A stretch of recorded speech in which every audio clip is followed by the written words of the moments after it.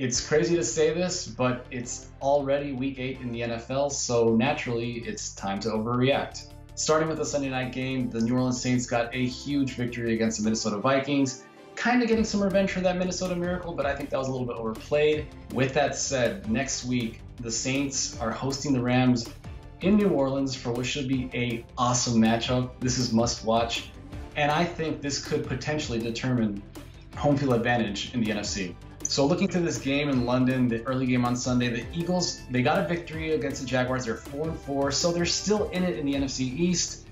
But let's be real, they have some serious issues that they don't look like the Super Bowl team that they were last year. Mainly, it's red zone. So when you look at the other competition in the NFC, again, the Eagles, they'll probably make a playoff push. But can we really say that they're better than the Saints, Rams, or the Panthers even?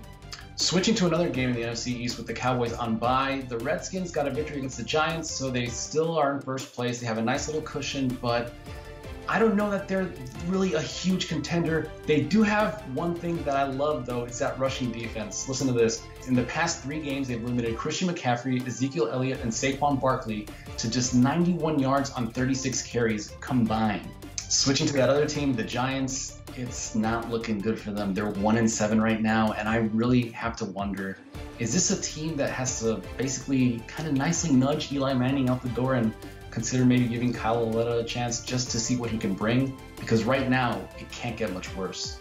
Switching to the AFC North, this is a team that I've been riding through thick and thin, and finally it looks like they're shedding some of those early season struggles. The Pittsburgh Steelers thumped on the Cleveland Browns. They won 3 in a row. They're 4-1 in their last 5.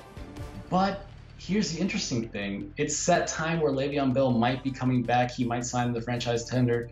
But if I'm Mike Tomlin, I tell Le'Veon, listen, man, we've got James Conner. He's been balling out. He's the only running back in franchise history to score 2 or more touchdowns in 3 consecutive games.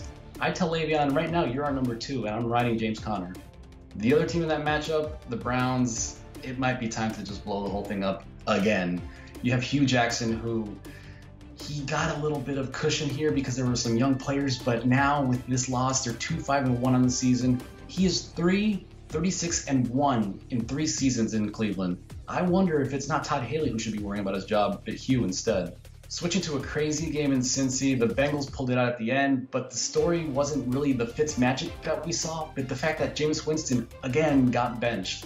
Winston, he has potential, but he had 4 interceptions. That's now 70 turnovers in 49 career games.